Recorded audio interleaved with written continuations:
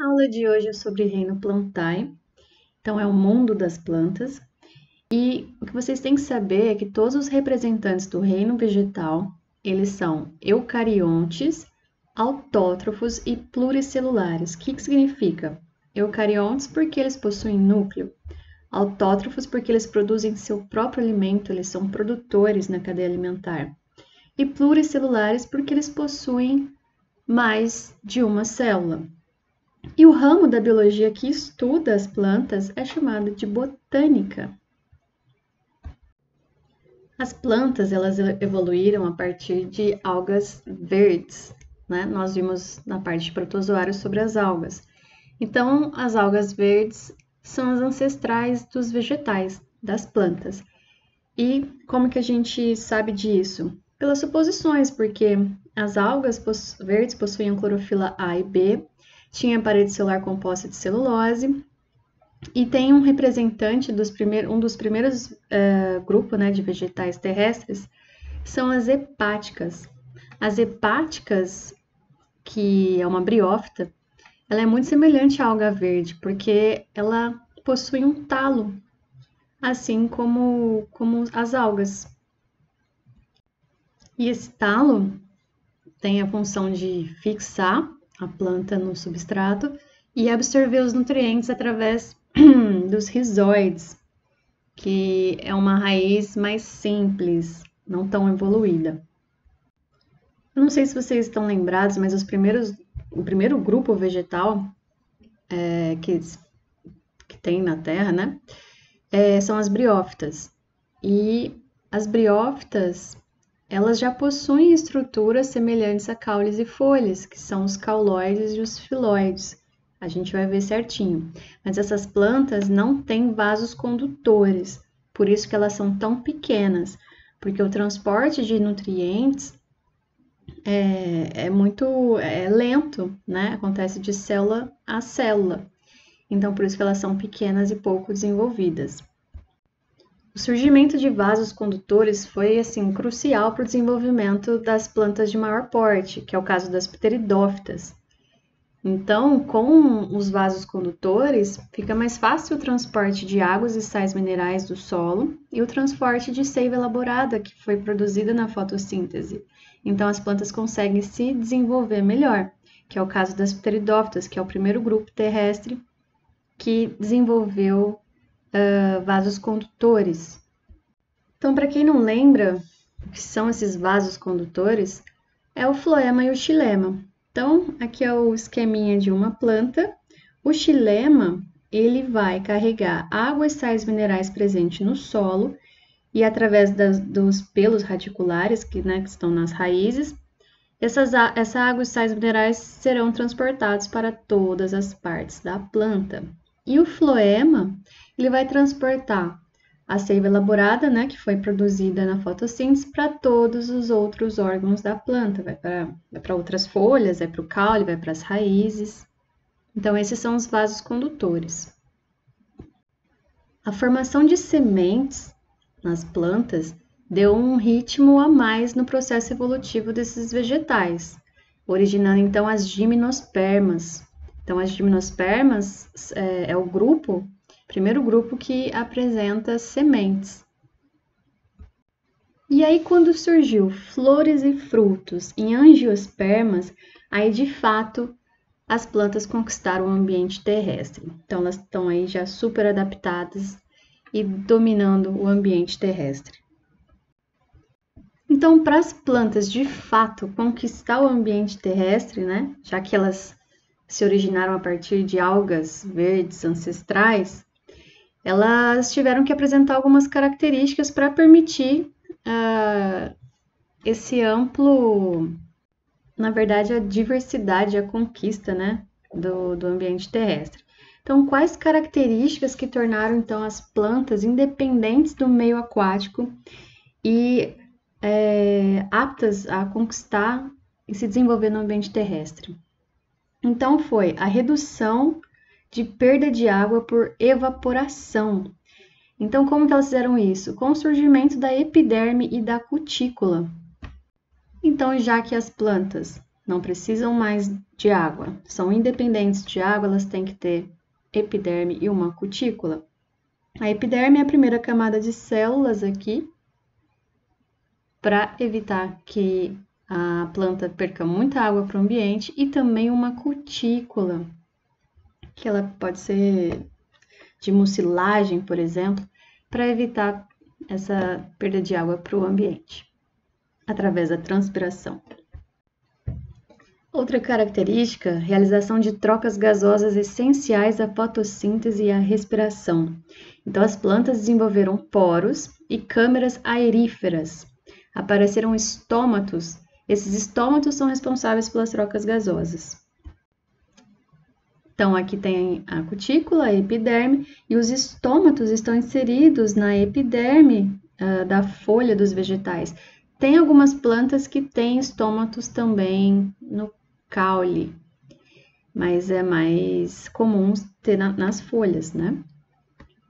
Então, esses estômatos permitem a troca gasosa da planta com o ambiente.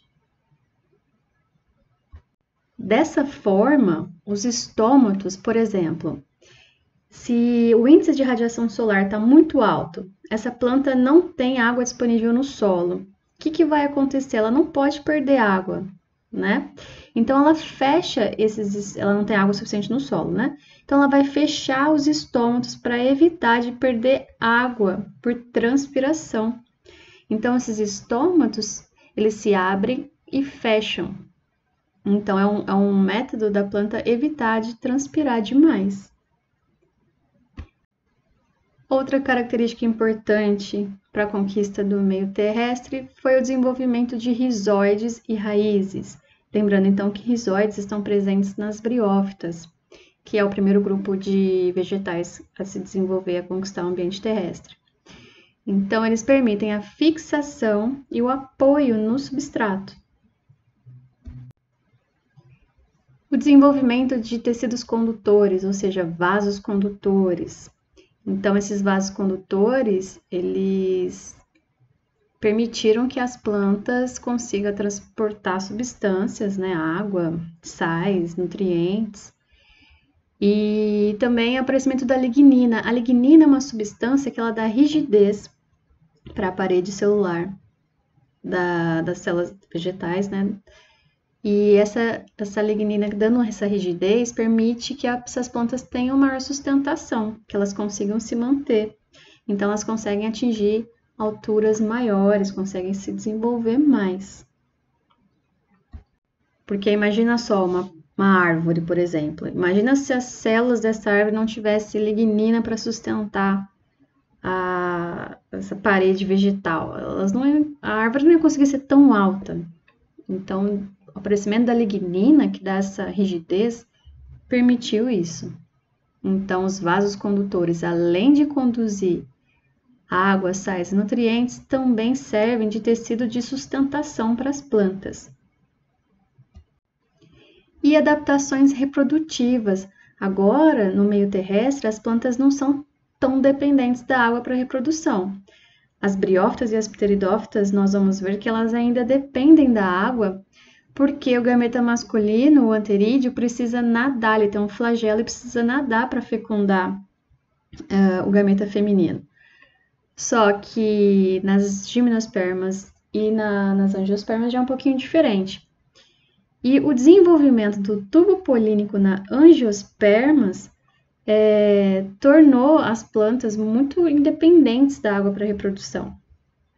Então, é uma grande conquista. O que é o tubo polínico? Vou colocar um videozinho aqui, ó. O tubo polínico está presente nas angiospermas, que é o grupo que tem maior diversidade vegetal.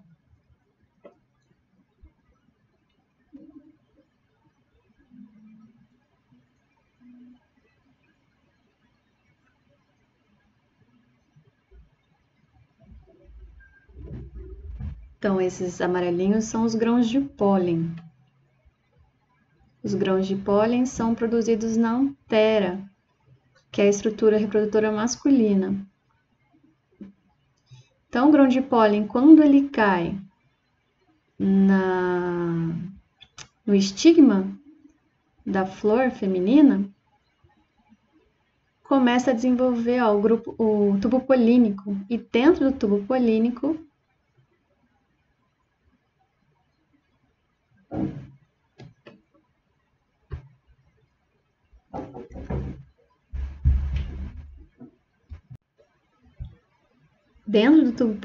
deixa eu parar aqui, vai passar os núcleos espermáticos. Esses núcleos espermáticos vão fecundar o óvulo dentro do ovário da flor.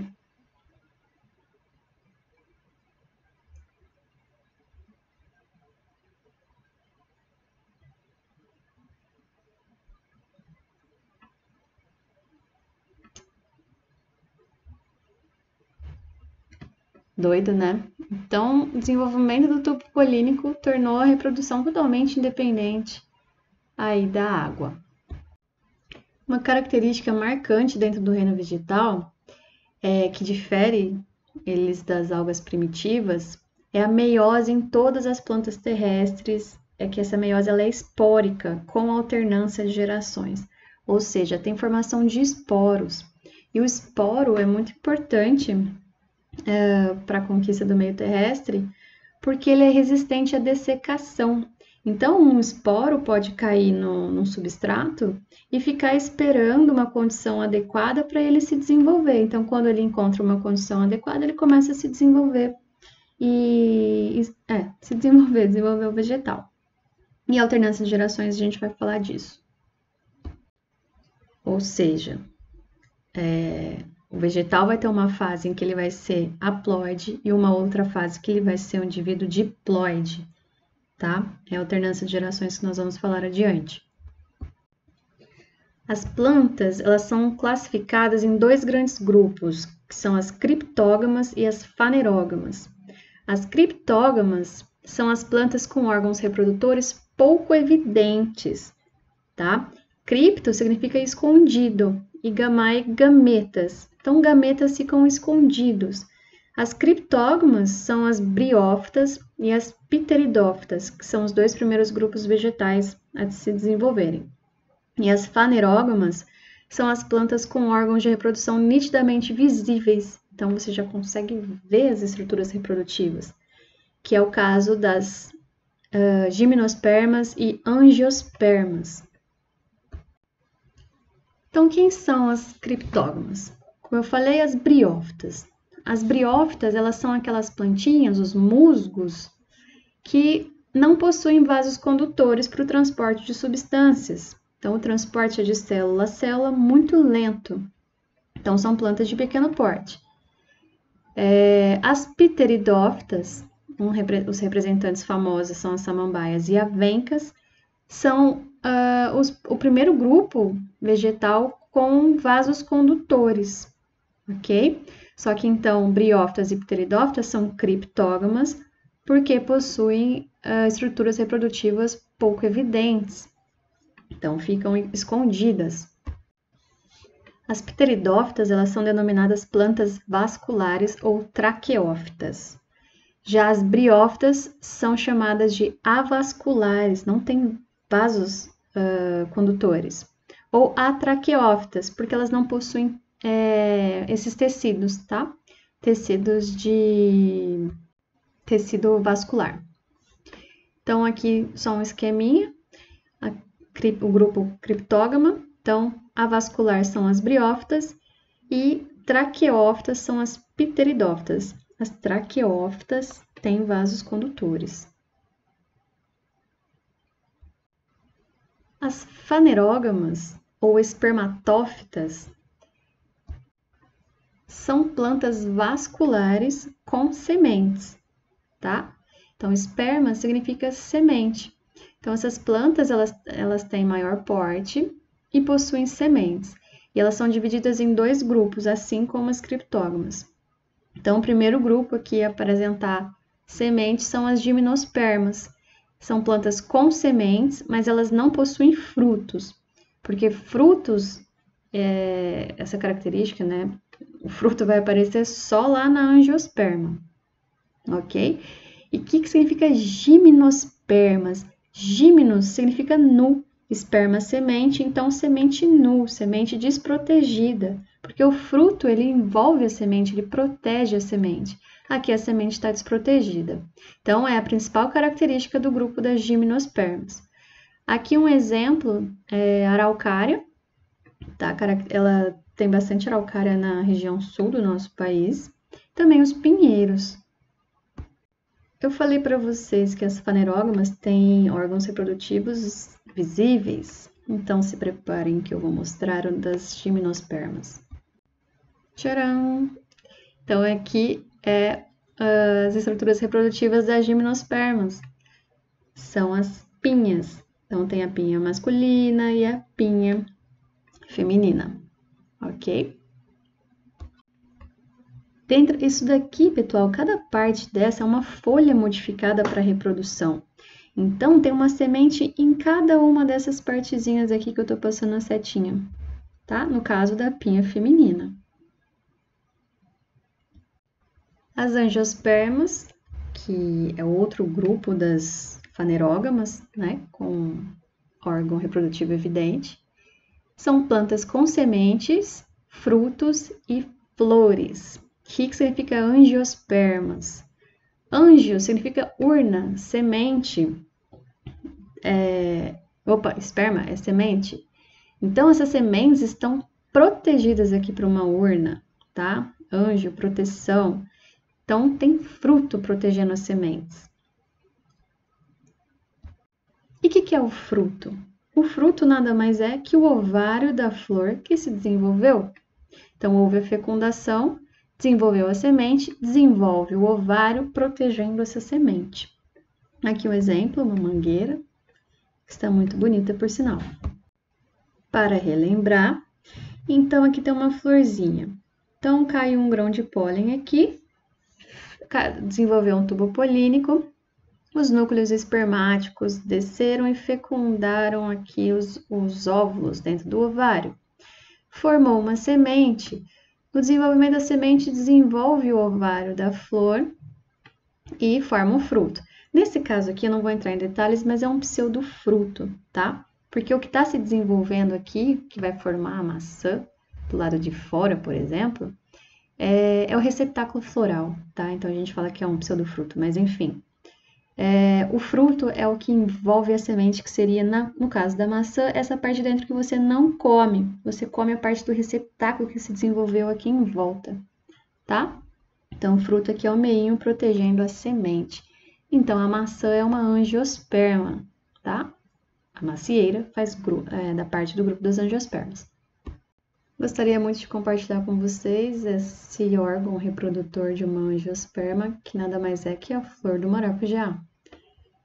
É muito doida essa flor, é linda, chamativa. E a gente vai entrar em mais detalhes em angiospermas, porque que as flores, algumas são tão chamativas e tem algumas características tão peculiares. Um cladograma para a gente ver, então, toda a evolução das plantas. Então, a gente tem uma alga verde ancestral, tá? Que deu origem aqui a uma briófita, uma hepática, porque ela é um talo, assim como as algas. Aí desenvolveu os musgos, que são briófitas, né? Tem outro táxon aqui também. Então, esses 3 táxons aqui são de briófitas, plantas avasculares. Depois houve uma novidade evolutiva aqui, onde eu estou com a setinha, que é a presença de vasos condutores. Então, em algum momento aqui da evolução desses antoceros aqui, ó, houve uma novidade evolutiva. Em algum momento aqui surgiu vasos condutores, que deram origem às plantas vasculares, tá? Então, aqui são as licófitas, né? Aqui as pteridófitas são plantas vasculares sem sementes. E aí, aqui, em algum momento da evolução, daqui a aqui, surgiu plantas com sementes. Opa, desculpa, aqui no 3 mesmo. Surgiu sementes, deu origem aqui ao grupo de gimnospermas e angiospermas. Porém, gimnospermas não têm frutos, angiospermas têm frutos, ok? Então, ó, plantas avasculares são as briófitas, que é o primeiro grupo de plantas a desenvolver no ambiente terrestre. Depois evoluiu as plantas vasculares sem sementes, depois as plantas com sementes, ok? Alternância de gerações. Então, agora a gente vai entender as fases das plantas em que elas são diploides e fase que elas são haploides.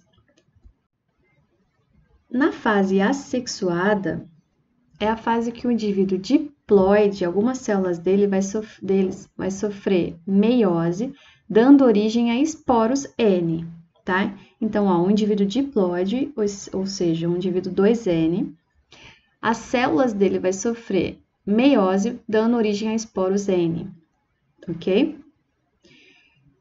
Esses esporos, os indivíduos que produzem esporos são denominados esporófitos.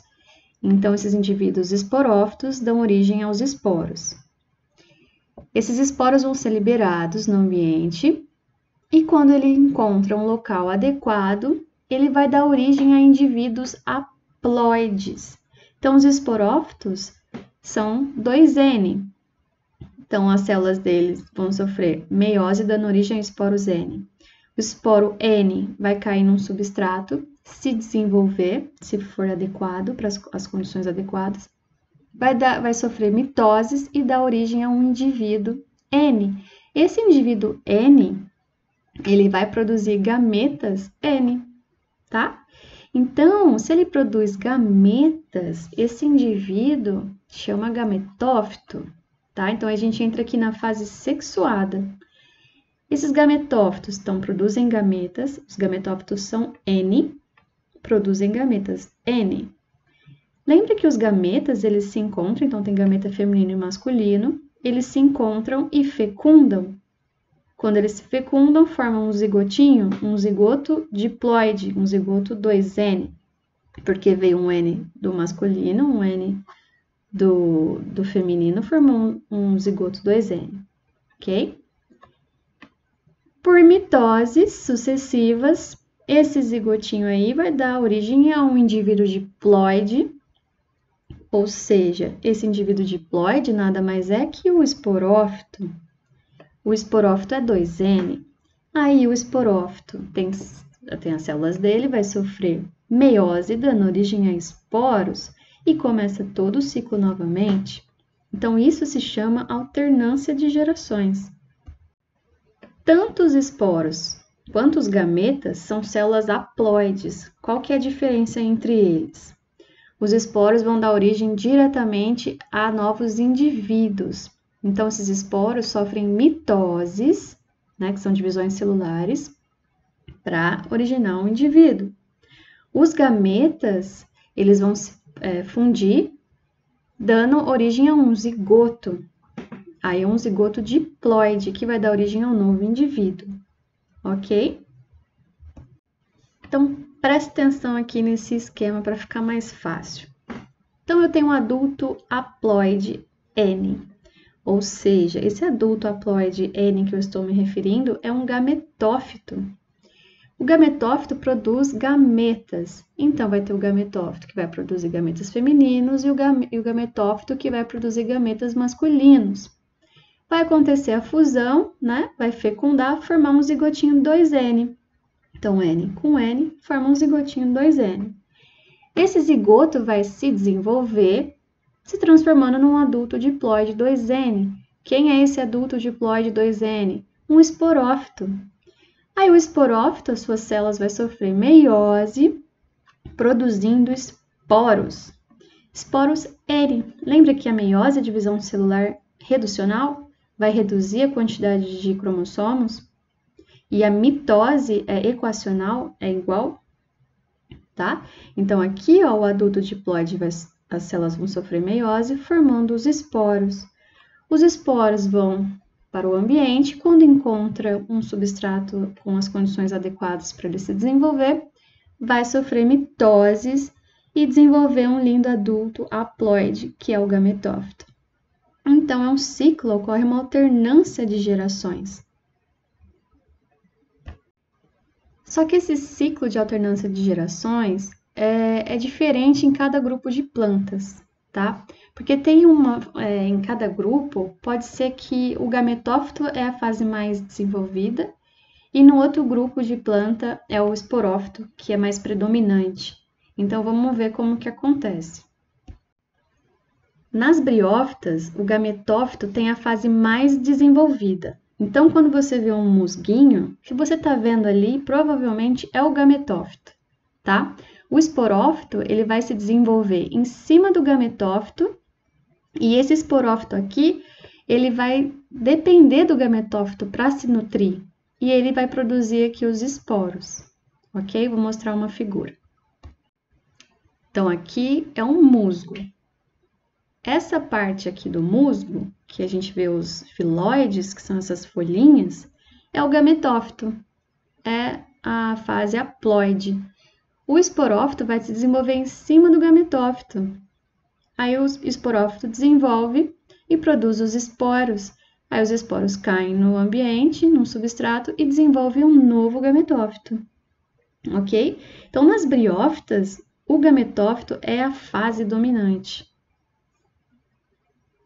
É a fase que você vê e que ela é mais prolongada, você vê mais a fase do gametófito. Já nas pteridófitas, a fase predominante vai ser o esporófito. Então, quando você vê uma samambaia, a planta ali é o esporófito, tá? E esse esporófito é independente do gametófito, não é como acontece nas briófitas, que o esporófito se desenvolve em cima do gametófito e depende dele para se nutrir. Aqui é independente. O gametófito ele vai surgir quando começar a desenvolver a planta. Aqui nessa figura vocês conseguem ver, ó, aqui é uma samambaia. A planta da samambaia, então, é um indivíduo, é um esporófito 2N. Aqui é o gametófito, que quando o esporo, quando o esporo cai no substrato e se desenvolve, o esporo N, né? Ele vai dar origem a esse gametófito aqui. Vai dar a origem a essa estrutura. E essa estrutura que vai produzir os gametas para desenvolver um esporófito, que é a samambaia adulta. Já nas gimnospermas e especialmente nas angiospermas, a fase gametofítica atinge o máximo de redução. Ela acontece dentro das estruturas reprodutivas. Então, o esporófito é a fase dominante. Quando você vê uma árvore, é um esporófito que você está vendo, ok? A fase gametofítica fica dentro das estruturas reprodutivas. Para finalizar, nessa imagem a gente consegue ver os grupos vegetais e a fase dominante. Então, ó, musgos e algumas outras plantas avasculares. A fase dominante é o gametófito, tá? E o esporófito é reduzido, dependente do gametófito, para sua nutrição. Então, essa parte onde tem os folioides é o gametófito e o esporófito se desenvolve aqui em cima, tá? Então, essa fase aqui é a dominante no caso das briófitas. Nas samambaias e em outras plantas vasculares sem sementes, o gametófito é reduzido, que é essa estrutura aqui que eu mostrei para vocês. E o esporófito, que é a planta em si, é a fase dominante, é que vai ficar por um longo período, né? Ela domina toda essa fase. Então, o esporófito é dominante. Já as plantas com sementes, no caso das gimnospermas e angiospermas, o gametófito é muito reduzido e a fase dominante é o esporófito. Então, quando você vê um pinheiro, você vê uma árvore, você está vendo a fase esporofítica, você está vendo o esporófito, ok? Então é isso, pessoal. A aula de hoje era sobre a evolução desses grupos vegetais. É importante para que vocês entendam também essa alternância de gerações, que nós vamos falar de todos os grupos nas próximas aulas. E agora é fazer exercícios para fixar.